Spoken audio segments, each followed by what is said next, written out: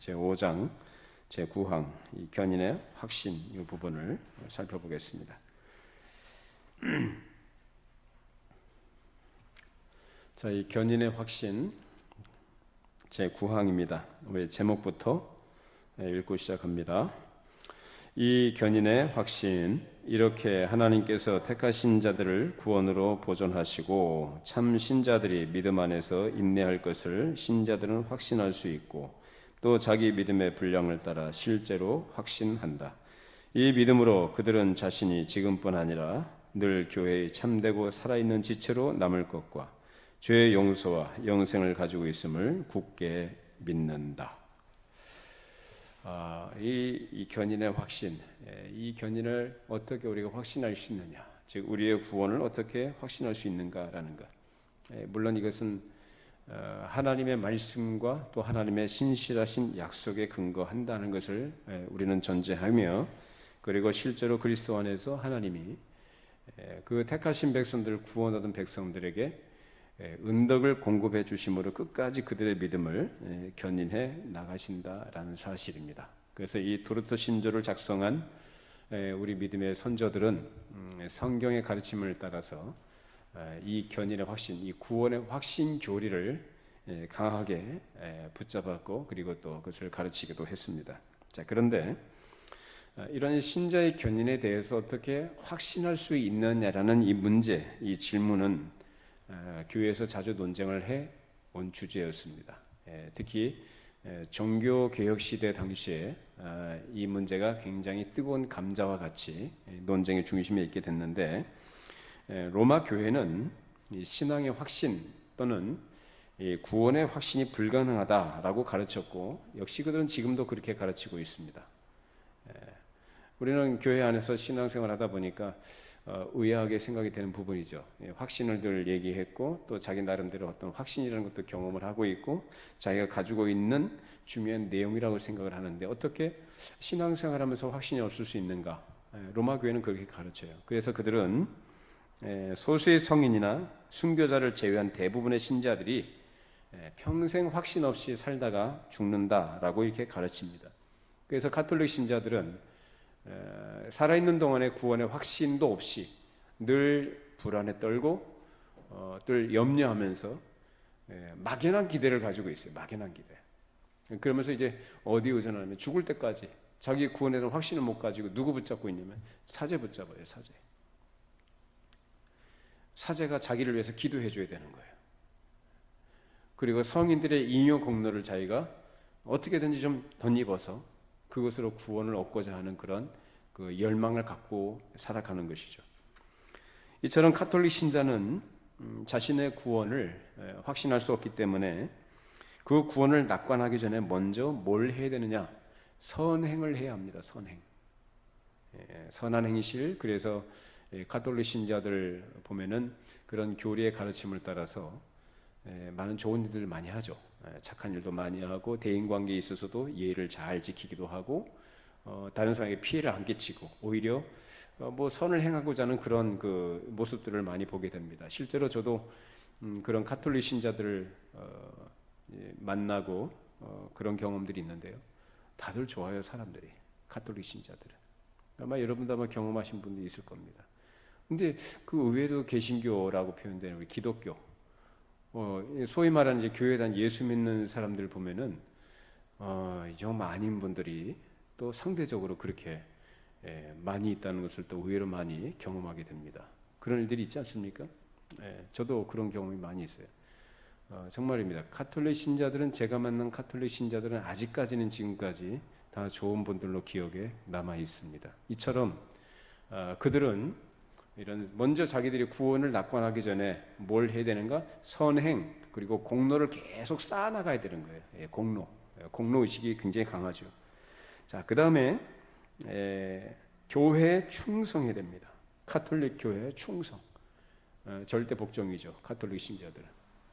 여러분 요새 그 이단들 보면은요, 요새 유행하고 있는 이단이 있습니다. 그 이단들은 새벽 1시에 문자를 돌리잖아요. 소집 문자를 돌리면 99%가 다 참석합니다. 놀랍죠? 비상 소집 문자를 돌리면은 새벽 1시에 모여라 그러면 99%가 참석한다 그래요. 가톨릭 신자들도 그에 못지 않습니다. 굉장히 열정적이고, 왜냐하면 가톨릭과 그 이단들의 공통점이 뭐냐면은 행위, 선행, 그리고 그 행위와 공로와 선행에는 무엇이 들어가 있냐면은 교회에 대한 충성이 들어가 있습니다. 그것이 성경적이냐 성경적이지 않느냐는 관계없어요. 맹목적이에요. 교회가 명령을 내리고 교회가 지시를 하거나 교회가 무엇을 요청을 할 때는 무조건적인 충성이에요. 그리고 또한 사제의 말을 잘 들어야 된다라는 것을 가르칩니다. 이처럼 전부는 아니더라도 대부분은 그래서 연옥에 가서 불로 정결하게 될 때까지 한동안 지내야 되는 것이고, 그 후에 불로 정결하게 된 다음에 아마도예요. 확신도 아니에요. 분명한 것도 아니에요. 확실하지도 않은 아마도 천국에 가게 될 거라고 로마 가톨릭이 가르칩니다.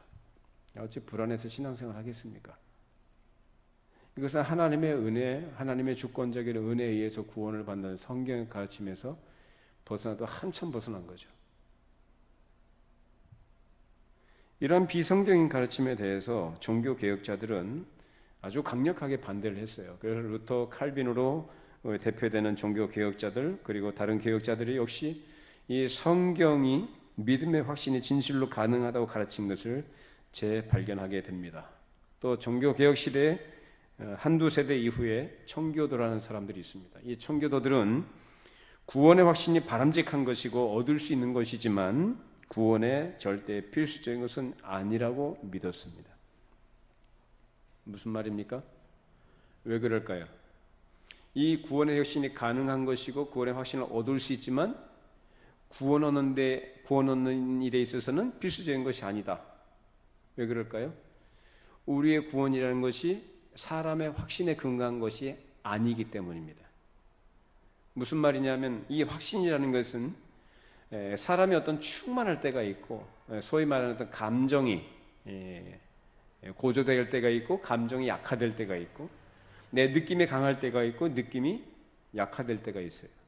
그리고 내가 소위 말하는 은혜가 충만할 때가 있고 은혜가 떨어질 때가 있어요. 자, 그러면 그때 자기가 가지고 있는 확신이라는 것이 들쭉날쭉하지 않겠습니까? 그러면 사람의 확신이 구원의 절대적인 것이라고 한다면, 그렇다면 구원은 못 얻는 거죠.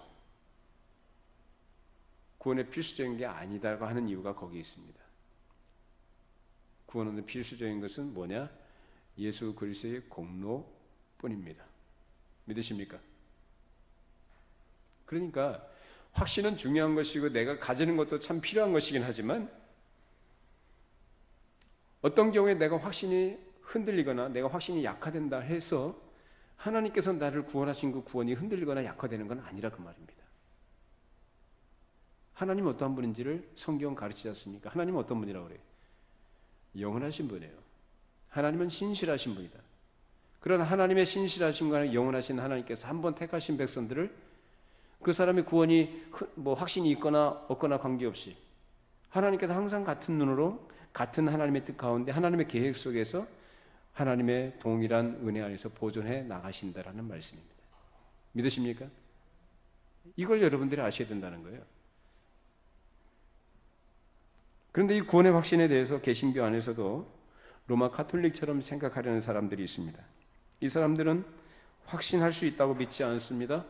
그래서 알미니안들이 그런 사람들이고, 그 외에도 그와 비슷한 유해 주장을 하는 사람들이 있었습니다. 물론 그럼에도 불구하고 현재와 과거의 소수의 성도가 구원의 확신을 경험했다는 것은 인정하겠죠. 그러나 사실상 구원의 확신은 우리에게는 너무나 멀린 것이기 때문에 현실적으로 불가능하다라고 이렇게 생각들을 합니다. 그러나 우리는요, 이 구원의 교리에 대해서 그 답을 어디서 얻어야 되느냐 하면, 어떤 사람이나 다른 데서가 아니라 오직 하나님의 말씀인 성경에서 답을 얻어야 합니다. 이 성경의 가르침을 듣고, 그리고 도르트 선조들의 구원의 교리에 대해 고백한 것을 우리가 듣고 배우는 이 시간들, 그래서 우리 선조들이 남겨놓은 이 도르트 신조를 가지고 우리가 지금 함께 나누지 않습니까? 이런 것들을 통해서 우리는 진정 구원의 확신을 얻을 수 있다는 결론을 내릴 수밖에 없습니다. 왜? 성경이 그렇게 말하고 있잖아요. 그리고 이 도르트 신조를 작성한 우리 선조들도 역시 성경에서 답을 얻고 성경에 근거한 확신을 가지고 이것을 성령의 감동하심으로 이 신조를 작성한 거거든요. 그래서 그 유산을 우리에게 귀한 신앙의 유산으로 물려주게 된 것입니다. 자, 우리 도르트 선조들은 이 확신을 보존과 견인의 측면에서 봤어요. 하나님께서 택하신 자의 마음에 구원 사역을 시작하시고 믿음과 회개의 은사를 택하신 자들에게 주십니다. 그리고 그 열매로서 택함 받은 자들은 믿음 안에서 견인하며 천국으로 인도하는 좁은 길을 걷습니다. 그러니까 믿음과 회개로 그런 은혜를 받고 그 은사 하나님의 부르심 속에서 하나님의 구원에 참여하게 된 사람들은 그 확신을 가지게 되며 그 믿음 안에서 어떤 길을 걸어가느냐? 천국을 향해서 넓은 길을 걸어요? 좁은 길을 걸어요? 좁은 길을 걸어가요. 반드시예요. 넓은 길 아니에요. 좁은 길은 뭐냐? 말씀 따라가는 길이에요. 하나님 말씀 따라가는 길. 세상의 가르침이나 어떤 세상적인 가르침을 따라가거나 사상을 따라가는 게 아니라 철저하게 하나님 말씀을 따라가는 길을 걸어간다는 것입니다. 따라서 이 신앙 고백은 하나님의 보존하심과 신자의 견인이 확신과 확고한 믿음으로 이끈다고 진술을 합니다.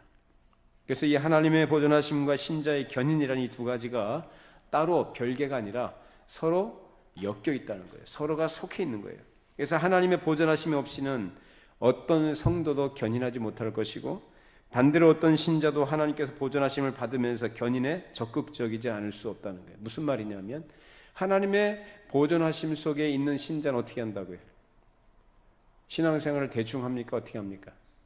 대충 할 수가 없죠. 적극적으로요.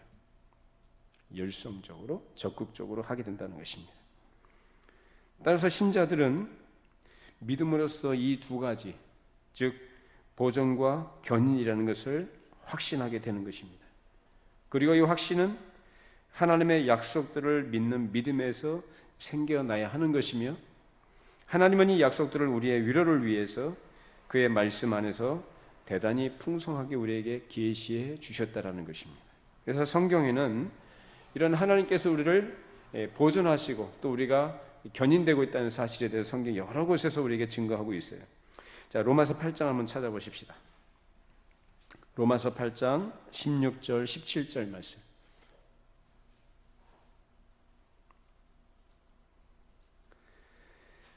로마서 8장 16절 17절 같이 함께 읽습니다. 성령이 친히 우리의 영과 더불어 우리가 하나님의 자녀인 것을 증언하시나니 자녀이면 또한 상속자 곧 하나님의 상속자요 그리스도와 함께한 상속자니 우리가 그와 함께 영광을 받기 위하여 고난도 함께 받아야 할 것이니라. 자, 성령께서 우리의 영과 더불어서 친히 증거하시는데 우리가 어떠한 자라고요? 하나님의 자녀다라는 것을 증거하시고 자녀이면 또 뭐라고 합니까? 상속자다. 뭘 상속하죠? 하나님께서 우리를 위하여 예배해 두신 유업, 즉 하늘나라의 기업으로 표현된 천국의 영원한 삶을 우리에게 약속해 주신 것을 믿는다라는 것입니다. 그래서 그 영광을 위하여 부름받은 우리가 이 땅에 사는 동안에 뭘 받는다고 합니까? 고난도 받는다. 그래서 어찌 보면이 아니라 필연적으로 예수를 믿는 신자들은 상황과 시대에 따라서 다른 유형으로 경험하는 것은 사실이지만 분명한 사실, 공통적인 사실은 뭐냐? 고난을 받는다라는 것입니다. 어떤 고난이죠? 많은 사람들이 세상살이가 힘들다고 합니다. 먹고 살기 힘들다고 하죠. 그런 인생고를 다 얘기하는데 그런 차원에서 이 고난을 말하는 게 아니라 믿음 때문에 내가 신앙적인 가치를 지키기 위한 것 때문에 하나님을 섬기는 데 있어서 감수해야 된 여러 가지 불이익과 손해들을 바로 그러한 것으로 얘기합니다. 그런 고난을 받게 돼 있다는 거예요. 그러나 그 고난 후에 하나님께서 우리를 위해서 약속해 주신 또 마련해 주신 영광이 있는 줄로 믿습니다. 우리가 주님 앞에 부르심을 받게 되면 또 주님께서 이 땅에 재림하셔서 영원한 날에 우리를 이제 불러들이실 때에 이제 심판대 앞에서 각 사람의 행한 대로 하나님께서 갚아주실 것이고 우리를 영광 가운데로 인도하실 줄로 믿으시기를 바랍니다. 이것이 성경이 우리에게 약속하고 있는 아주 중요한 내용들입니다. 자, 그런데 이것이 성경의 약속이라고 할 때에 이것을 우리가 확신한다고 하는데 어떤 사람들은 이 믿음의 확신을 얻을 때에 이 믿음의 확신을 가질 때 아주 특별한 일들이 일어날 것을 기대하는 사람들이 있어요. 소위 말하는 이제 뭐 감리교단이라든지 또는 이제 그와 유사한 성격의 교파에서는 이런 주장들을 하죠. 제2의 체험이라고 표현된 것들, 완전 성화라는 것을 얘기하기도 하고요. 그러니까 제2의 아주 특별한, 아주 희한한 경험들, 신비적 체험들 이런 것들을 얘기해요. 그래서 그런 체험들이 동반한다는 것을 기대하는 사람들이 있다는 것입니다. 그런 사람들은 특별한 계시로 확신이 오는 것이며 오직 성령님께서 특정 성경 말씀을 평소와 다르게 강력한 방법으로 적용하실 때만 자신들이 하나님의 자녀임을 믿을 수 있다고 생각합니다. 자, 그러면 이 생각이 다 틀렸느냐? 그건 아니에요. 물론 이런 특별한 경험이 있을 수 있고요. 실제로 일어나기도 합니다. 근데 그 대부분의 경우가 그런 경우들이 있습니다. 어려서부터 이제 예를 들어서 소위 말하는 이제 모태신앙이라는 분들이 있지 않습니까? 저도 모태신앙이고 여러분 가운데 모태신앙에 계신 분들이 계셔요. 근데 모태신앙으로 이제 교회 안에서 자라신 분들은요, 특별한 어떤 체험이나 그런 경험이 없는 경우가 굉장히 많아요. 제가 그러거든요. 소위 말하는 아주 신비한 경험들, 특별한 뭐 체험들 이런 게 없는 경우가 많다 그 말이에요. 근데 도중에 뭐 학생 때든지 또는 대학생 때든지 또는 성인이 돼서 기독교 신앙을 이제 알게 되고 이 기독교 신앙을 이제 그 길에 들어서게 되신 분들 그런 가운데서 어떤 특별한 체험을 하는 그런 경험들이 있는 경우들이 종종 있습니다. 그런 경우도 있다라는 거예요.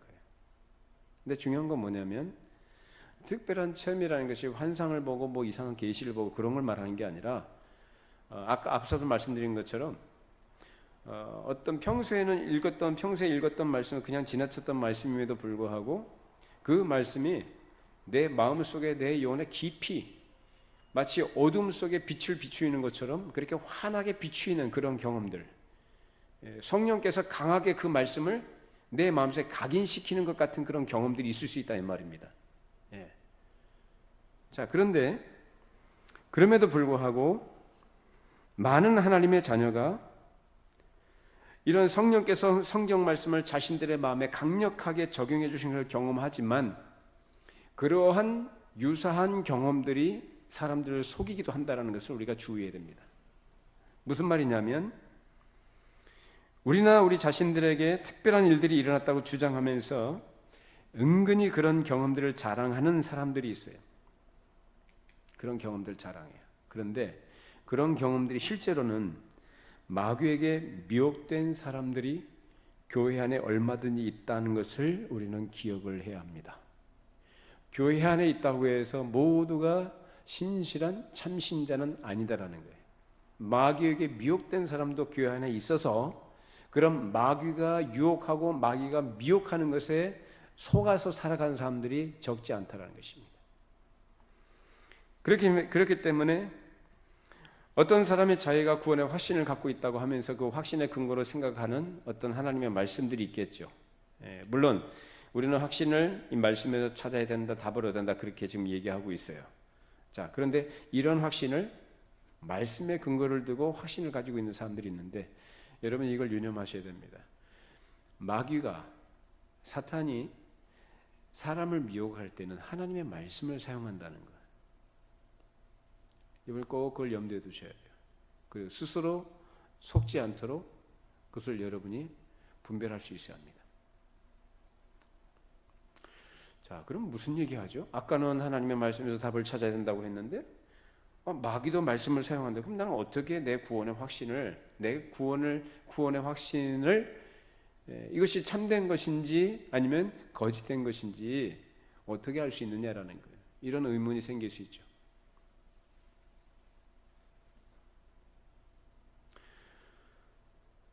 마귀가 항상 장난할 때는요, 하나님 말씀 갖고 장난합니다. 말씀 갖고 장난해요. 대표적으로 마태복음 4장에서 예수님이 광야에서 줄이고 금식하실 때 40일 동안 금식하시고 나서 마귀에게 시험을 받으시죠. 마귀에게 시험을 받으실 때 마귀가 사용한 게 뭡니까? 하나님의 말씀 가지고 예수님을 시험했어요. 말씀 가지고. 근데 말씀에 대해서 어설프게 알면은 넘어갑니다. 누구처럼? 하와처럼. 제대로 알아야 됩니다. 분명히 알아야 됩니다. 그 말씀이 무엇을 의미하는지에 대한 바른 이해가 있어야 된다는 거예요. 그게 없으면 어설프게 알면 마귀가 그거 가지고 장난할 때 그냥 쉽게 넘어가 버려요. 하와가 그랬잖아요.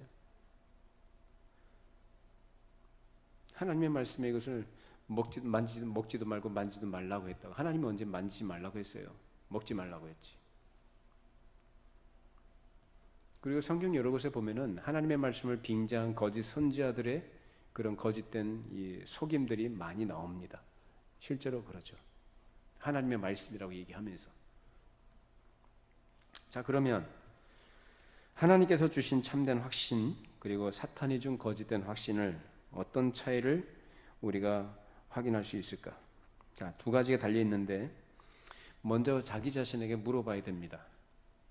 주님께서 특정 약속을 우리 마음에 적용하실 때 우리 영혼의 상태, 내 영적 상태와 주변 상황이 어떠했는가라는 거예요. 굉장히 중요한 겁니다. 이 시금석이에요. 두 번째는 뭐냐면 그 경험의 즉각적인 효과와 열매가 뭐냐, 무엇으로 나타나냐에 있습니다. 그러니까 여러분이 가지고 있는 구원의 확신이 있다고 할 때 그 구원의 확신이 정말로 하나님께서 주신 참된 확신이냐 아니면 마귀가 주는 거짓된 확신이냐, 그 차이를 여러분이 구별할 수 있어야 된다는 거예요. 자, 그러면 첫 번째, 공개적이거나 비밀스러운 그런 죄 가운데 살고 있는데 여전히 죄 가운데 있는 사람이 주님께 특정한 약속을 받았고 그래서 구원의 소망으로 가득 차 있다면 그것은 의심할 바 없이 참된 확신입니까? 거짓된 확신입니까? 무슨 말이냐면 전혀 달라진 거 없어요. 계속 죄 짓고 계속 하나님을 거스르는, 하나님의 뜻을 거스르고 하나님의 뜻과 반대되는 그런 생활을 계속해 나가는데 있으면서도 뭘 갖고 있어요? 하나님의 말씀을 읽고 그 말씀을 통해서 이 하나님이 나를 구원하셨구나라는 이런 류의 말씀들을 자기가 보면서 그걸 하나님이 자기에게 주셨다고 확신한다는 거예요. 자기가 구원받았다고. 그런 죄 가운데 있으면서 여전히 죄 가운데 있으면서 내가 구원을 받았다고 확신하는 것은 스스로 속는 겁니다. 그거는 의심해 봐야 됩니다. 더 말할 것도 없이 그런 경험은 마귀로부터 온 것이다. 성령님은 죄의 낙을 누리는 사람에게, 즉 죄가 좋아서 여전히 죄를 짓고 죄 가운데 있는 죄인에게 결코 구원의 소망을 불어넣지 않으시기 때문입니다. 성령께서는 그 죄 가운데 있는 죄인에게 죄인을 구원하시긴 하지만 거듭나게 하시는 은혜와 그 역사로 인해서 그 사람이 그 길에서 돌이키도록 만드시는 거예요. 근데 그게 아니라 그 죄 가운데 여전히 있으면서 그 가운데 있으면서도 불구하고 성령께서 계속해서 그 사람에게 구원의 소망을 갖게 하신다? 이것은 말이 안 되는 거죠. 한편으로는 죄에서 건져냄을 받으려는 갈망이 있고 죄에 대해서 진실하게 애통하는 마음이 있으며 그리스도의 의에 대한 굶주림과 목마름이 있은 다음에 성령의 어떤 말씀이 강력하게 적용되어서 애통해 하는 죄인으로서 그 소망을 품게 된다면 그 확신은 뭘까요? 참된 것이다. 이것은 진실로 성령께서 주신 것으로 믿어도 됩니다. 여러분들 이런 차이를 먼저 이 첫 번째 시금석으로 확인해 보시고, 자, 두 번째로 중요한 건 뭐냐면 그 경험의 즉각적인 효과와 열매가 뭐냐라는 것으로 확인해 봐야 된다는 거예요. 왜냐하면 우리들 영적 체험의 이 결과들을 주목해야 하기 때문입니다. 제가 사역을 했었던 어떤 교회, 부교육자 사역했던 교회에서 알파 코스라는 걸 했었어요. 알파 코스는 뭐 좋은 의도로 하죠. 교회마다 불신자들을 초청해서 교회에 정착하도록 하는 새신자 정착 전도 프로그램이거든요. 그런 거를 했는데 거기에서 하는 것들이 성경적인 전도 방식으로 제시하거나 접근하지 않아요. 지극히 인간적인 방식을 가지고 접근을 합니다. 불신자들이 접근해서 그 사람들이 교회 안에 들어오면 교회에 편안한 마음을 주도록, 교회에 들어와서 불편하지 않도록 한다는 건 배려라는 그런 미명하에서 뭘 하느냐, 세상에서 부르는 가요를 같이 불러요. 건전가요 부르죠. 건전가요. 뭐 목포의 눈물도 부르고 뭐 그런 거 불러요. 그러면은 밖에 전혀 교회 안에 들어가지 않았던 사람이 처음 교회 들어온 사람이 그런 가요를 부르면은 마음이 어떨까요? 이질감 느낄까요? 안 느낄까요? 안 느끼죠. 내가 갔던 노래방하고 똑같네. 편안하겠죠.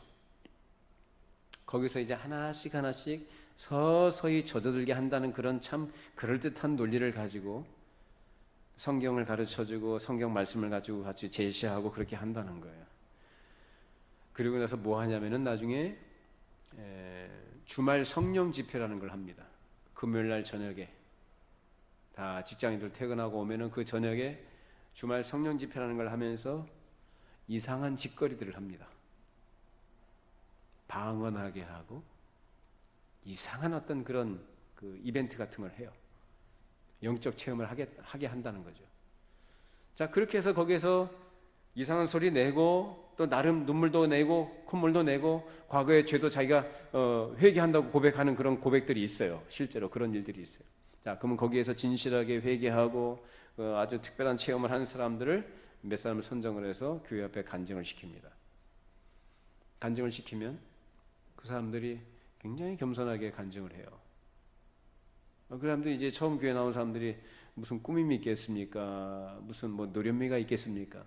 굉장히 순진하죠. 순진하고 순박한 마음으로 정말 진실한 마음으로 하죠. 진실하면 사람들이 마음을 열고 또 같이 공감을 하지 않습니까? 내가 교회에 와서 이렇게 해서 이렇게 변화됐다. 내 지난주의 모든 잘못과 죄를 하나님께 회개하고 하나님께 용서받았다. 내 이렇게 새롭게 됐다라고 그런 유의 간증들을 해요. 그리고 자기 가정사 얘기하고 자기 지나간 그 과거에 지었던 죄 문제 같은 것들, 그런 것들 얼마나 자기가 부끄럽게 살았는가 이런 것들을 쭉 얘기를 합니다. 소위 말하는 은혜를 받고 감동의 도가니로 들어가죠, 다들. 자, 그런데 전부 다 그런 거는 그렇다는 얘기는 아닙니다. 근데요, 제가 몇몇 사람의 공통적으로 발견한 게 뭐냐면 그렇게 간증을 참 진실하게 사람들에게 참 감동을 끼치는 그런 간증을 했던 사람들이 교회에 안 보여요. 얼마 지나서. 왜 그럴까요?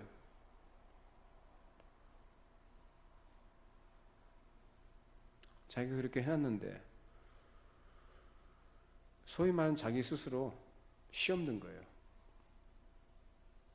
그렇게 간증해놓고 자기 치부 다 드러내놓고 해놓고 하니까 자기의 삶을 실제로 변화된 게 없거든요. 그때 감정적으로 충만해서 말하자면 감정적으로 북받쳐서 막 울기도 하고 자연인이 가지고 있는 그 양심의 가책으로 죄도 고백하고 회개한다고 했지만은 자기의 모습이 여전히 죄 가운데 있거든요. 자기가 고백했던 그 고백이 자기 스스로 생각해도 너무 부끄러운 거예요. 무슨 말이냐면 성령님의 강력한 적용을 받았다고 주장하지만 내 삶이 변하지 않고 죄악된 행동을 계속하면서 거룩한 삶에 대해서 전혀 관심도 없고 하나님과 동행하려고도 하지도 않으며 그런 열망도 없고 죄와 싸우려 하지 않는다면 그 사람의 주장과 고백은 단지 주제 넘은 추정일 뿐이다라는 것입니다. 또 그 가상의 약속도 역시 하나님에게서 온 것이 아니라 누구에게서 온 거예요? 사탄에게서 온 것이다라는 거예요. 반면에 그 약속이 마음을 녹이고 하나님을 향한 사랑을 불러일으키고 하나님의 계명들을 지키고 또 주님께로 가까이 가려고 하는 소망과 열망을 가져다 주는 것이라고 한다면, 비록 내 마음과 내 수준은 아직까지 미약한 부분이 있고 결함이 많고 허물투성인 것은 사실이지만 그것 때문에 자기가 마음 아파하고 그것을 정리하고 하나님께로 더 가까이 나아가려고 하는 그런 열망, 그 갈망이 있다면 그 확신은 참된 겁니다. 누구로부터 온 거예요? 하나님으로부터 온 거예요. 그게 없으면 아닌 겁니다. 이런 확신은 사람의 감정이든지 사람의 체험에 근거를 둔 것이 아니라 어디에 근거를 둔 걸까요? 성령께서 무엇으로 역사하십니까? 하나님의 말씀으로 그 사람 안에 역사하시거든요. 그래서 하나님의 말씀, 즉 하나님의 약속에 근거를 둔 확신인 것입니다. 나는 비록 모자라고 여전히 허물이 있고 하나님 앞에 부끄러운 모습이 많이 있지만 그럼에도 불구하고 하나님이 이러한 나를 위하여 예수 그리스도를 십자가에 못 박아 죽이셨습니다. 속죄의 제물로 삼아주셔서 내 죄의 문제를 다 해결해 주셨고 완전히 영원토록 해결해 주셨으며 나로 하여금 하나님의 자녀가 되게 해 주셨다라는 사실을 내 마음에 확신하게 되는 거죠. 그 은혜, 그 사랑을 아는 자로서의 감격이 있는 것이고, 그래서 내가 감격하고 감사하고 그 은혜에 대해서 내가 뭘 보답할까? 보답할 수 없지만 그렇게 보답할까라는 그 감사의 마음을 가지고 하나님의 말씀을 따라가고자 하는 몸부림들이 있어야 한다는 것입니다. 근데 그런 게 전혀 없는 가운데서 그냥 자기 감정만 가지고 고백하는 이런 것들은요, 거짓된 거예요. 그러니까 죄와 싸운다니까요. 내가 구원받았다고 해서 참되게 구원받은 상태에 있다고 해서 죄가 없어지거나 죄하고 싸울 일이 없는 게 아니에요. 여전히 나는 세상에 있고 여전히 내 안에는 죄의 부패성들이 남아 있어요. 그렇기 때문에 싸우는 문제가 있다니까요.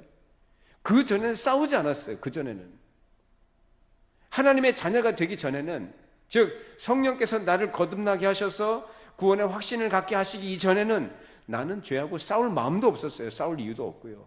죄가 좋았고 죄하고 친구였고 죄하고 세상과 벗이 되어서 하나님과 원수되어 살았기 때문에 전혀 갈등도 없었어요. 그랬는데 이제 성령께서 어느덧 나에게 부지불식간에 나를 거듭나게 하셔서 내가 하나님의 자녀가 됐다는 확신을 갖게 하시고, 그런데 내 모습을 보니까 이 부끄러운 것들이 너무 많거든요. 유혹들이 너무 많고 그 죄가 나를 너무 힘들게 하거든요. 하나님께로 가까이 나아가고 싶어 하는데 그 나아가고자 하는 마음을 자꾸 끌어잡아 당긴단 말이에요. 여기서 싸우는 거죠. 갈등이 있는 거예요. 갈등이. 그래서 갈등이 있는 건요, 그 사람이 하나님의 구원 얻은 백성됨의 분명한 증거입니다. 갈등이 없다면 그 사람은 구원받은 사람이 아니에요. 여러분, 우리 안에 하나님께서 주신 생명이 있다는 것, 무엇으로 나타나는가? 죄와 싸우는 것으로. 그리고 이러한 번민과 갈등이 내 안에서 계속 있는 것은 곧 내 안에 무엇이 있다는 증거일까요? 예수 그리스도의 생명이 있다는 분명한 증거입니다. 그것으로서 여러분 자신을 확인해 볼 수 있기를 바랍니다. 자, 로마서 8장 28절. 로마서 8장 28절 그리고 38절 39절 띄어서 읽어보도록 합니다. 자, 로마서 8장 28절 읽어보시죠. 우리가 알거니와 하나님을 사랑하는 자 곧 그의 뜻대로 부르심을 입은 자들에게는 모든 것이 합력하여 선을 이루느니라. 우리가 알거니와 하나님을 사랑하는 자 곧 그의 뜻대로 부르심을 입은 자들에게 뭐라고 합니까? 모든 것이 합력하여 선을 이룬다. 믿으시기 바랍니다. 내가 볼 때 부정적인 것, 내가 볼 때 나의 연약함마저도, 때때로 나를 절망하게 할 만한 그런 상황들과 어떤 영적인 어떤 고통 가운데 있다 할지라도 결국은 하나님께서 그 하나님을 사랑하는 자들, 즉 그 뜻대로 부르심을 입은 자들은 누구를 사랑하느냐? 하나님을 사랑해요. 하나님을 사랑하는 자들에게 모든 것이 어떻게 해요? 합력해서 선을 이룬다. 뭐냐? 하나님의 뜻이 이루어진다라는 것입니다. 하나님의 뜻은 뭘까요? 뭐 여러 가지 얘기할 수 있겠죠. 하나님의 뜻은 이것이 너희의 거룩함이라, 즉 우리로 하여금 세상에서 구별된 하나님의 사람으로 살아가도록 하시는 성도로 존재케 하시며, 그리고 하나님의 구원의 영광의 완성에 이르도록 하실 것을 말씀하고 있습니다. 이것이 하나님의 뜻인 줄로 믿으시기 바랍니다. 우린 그러한 길에 부름받은 자들인 것이죠. 자, 38절 39절. 그러면 그런 하나님의 뜻대로 부르심을 입은 자들에게는 어떠한 확신을 갖게 하시느냐? 38, 39절입니다. 내가 확신하노니 사망이나 생명이나 천사들이나 권세자들이나 현재일이나 장래일이나 능력이나 높음이나 기품이나 다른 어떤 피조물이라도 우리를 우리 주 그리스도 예수 안에 있는 하나님의 사랑에서 끊을 수 없으리라. 이만큼 강력하다. 하나님의 사랑, 우리에게 베풀으신 그 하나님의 은혜, 그리고 우리에게 주신 그리스도 안에서의 모든 약속들은 이 세상 그 어떤 것이라도, 온 가운데 그 어떤 것이라 할지라도 우리를 하나님의 사랑에서 끊을 것이 없다. 믿으십니까? 아무리 사탄이 집요하게 역사해도 우리의 어떠함 때문에 사랑에서 끊어지지 않는 게 아니에요. 이해를 하셔야 됩니다. 내가 나의 어떠함 때문에, 내가 가지고 있는 확신 때문에 사랑에서 끊어지지 않는 게 아니라고요.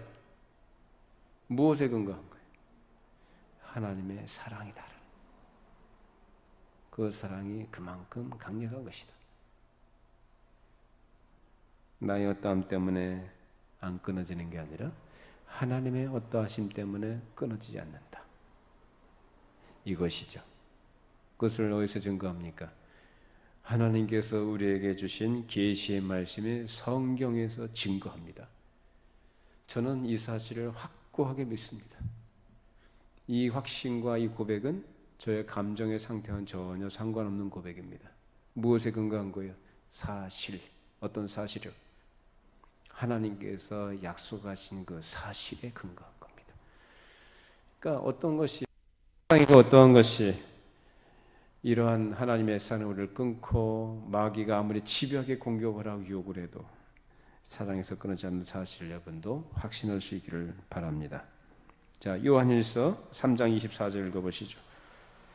요한일서 3장 24절.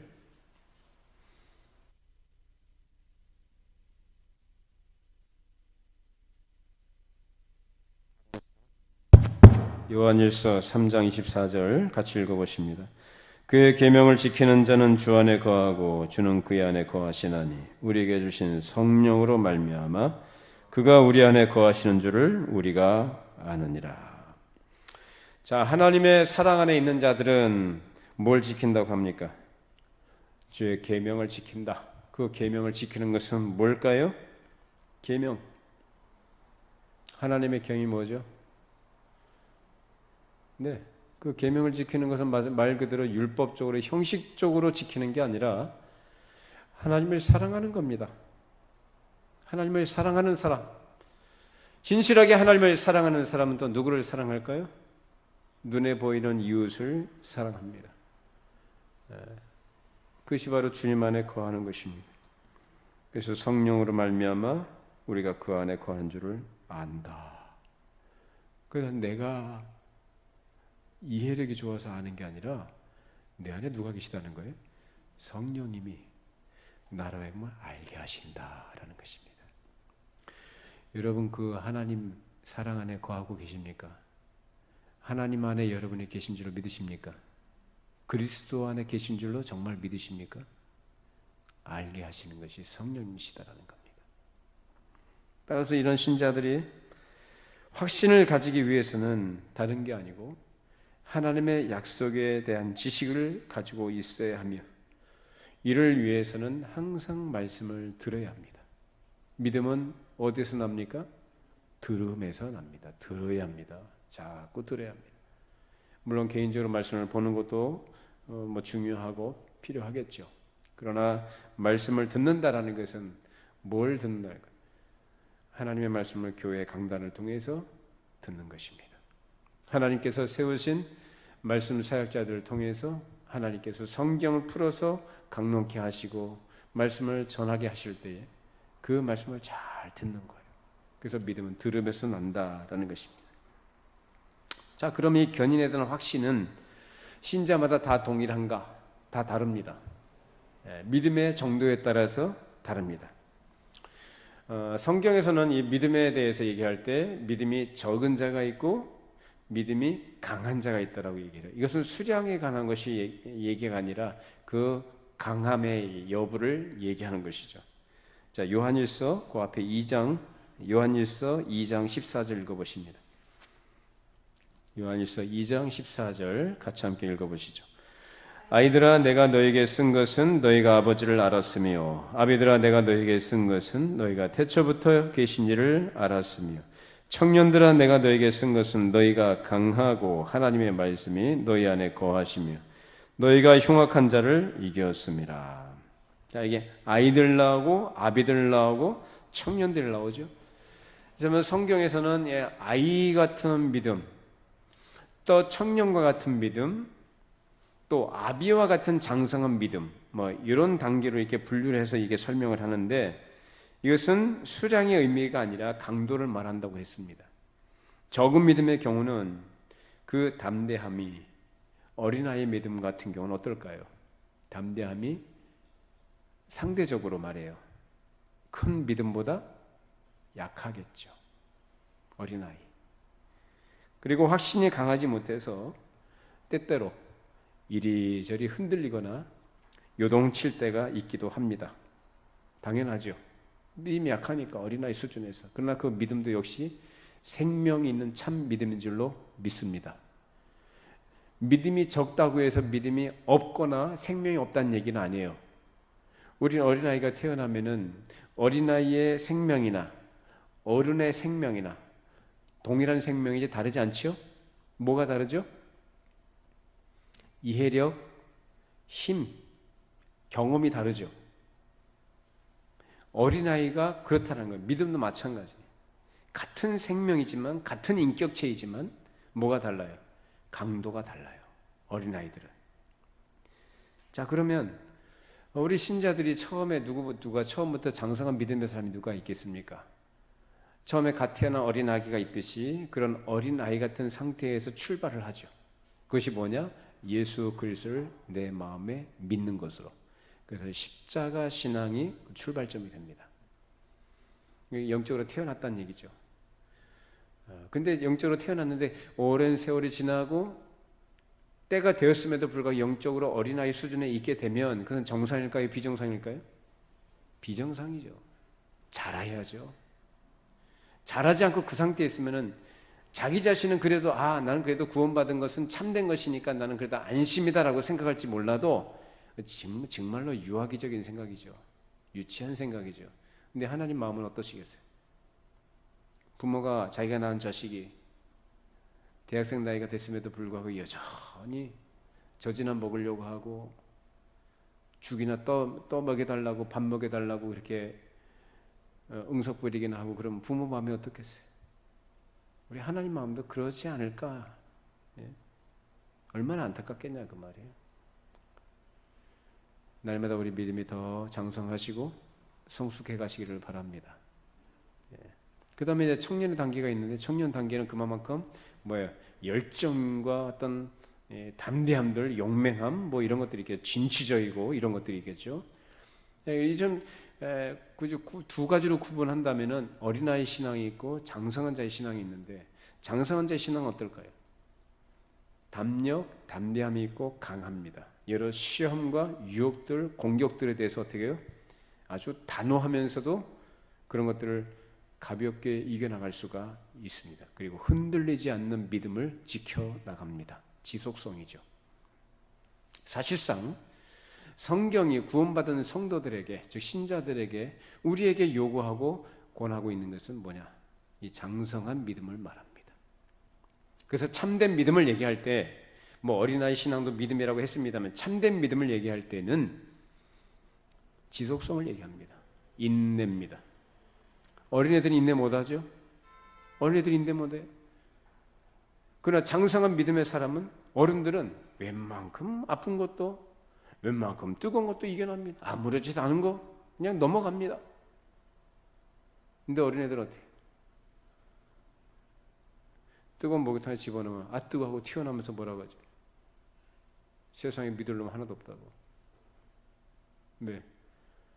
어른들이 거기 들어가 시원하다 해서 들어가 봤더니 시원하긴 뭐가 시원해? 뜨거워. 애들은 그래요. 버텨내지를 못합니다. 그러니까 힘든 거예요. 버텨내지 못하니까 그 스스로가. 그러나 굳건한 믿음은 버텨냅니다. 이겨납니다. 의연하게 대처해 나갑니다. 여러분 이러한 성숙한 믿음, 강한 믿음의 성도들이 되시기를 바랍니다. 이처럼 견인에 대한 확신은 견인에 대한 약속을 믿는 데 있습니다. 이로 인해서 자신이 그리스도의 몸된 교회의 지체가 되었다는 것과 자신의 죄가 용서함 받았고 영생을 가진 것을 확신합니다. 그리고 자신이 교회에 살아있는 회원임을 확신하는 것이 견인의 확신을 주는 이유는 교회의 머리이신 그리스도로 인해 보존되어지고 그리스도를 통해 모든 은덕을 받는다는 것을 알기 때문이죠. 그렇기 때문에 이러한 견인의 확신을 가지고 있는 신자는 교회 안에서 죄 용서함과 영생을 확신하는 가운데 그리스도의 은덕을 즐겁게 누리며 생활해 나갈 수가 있습니다. 그래서 교회는 바로 신자들의 어머니다라는 말이 있습니다.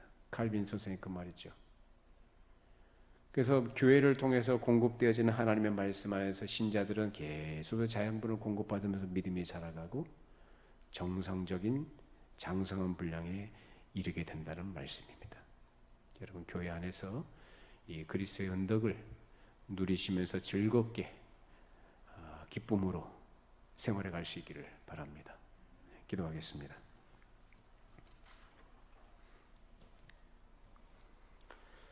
거룩하신 하나님 아버지, 우리 하나님께서 우리 아버지가 되어주시고 우리를 거룩한 그의 자녀 삼아주셨다는 사실, 이것을 구원의 확신으로 우리가 갖게 하시고 그 확신 가운데서 그리스도의 은덕을 교회 안에서 누릴 수 있게 해주심을 진실로 감사를 드립니다. 주님, 저희들이 지금까지 살아온 것, 을 감당하며 살아온 모든 것이 우리 하나님의 은혜인 줄로 압니다. 우리 자신에게는 아무런 근거가 없어 참으로 주 앞에 나올 수 없는 죄인들이었사오나 하나님께서 그 택하신 자들에게 성령을 보내어 주시고 믿음을 불러일으켜 주셔서 하나님의 말씀을 통해 하나님의 약속을 확신케 해주시고 그 확신을 근거로 해서 교회 안에서 즐겁게 하나님의 사람으로 생활해 갈 수 있도록 복을 내려주신 것을 감사를 드립니다.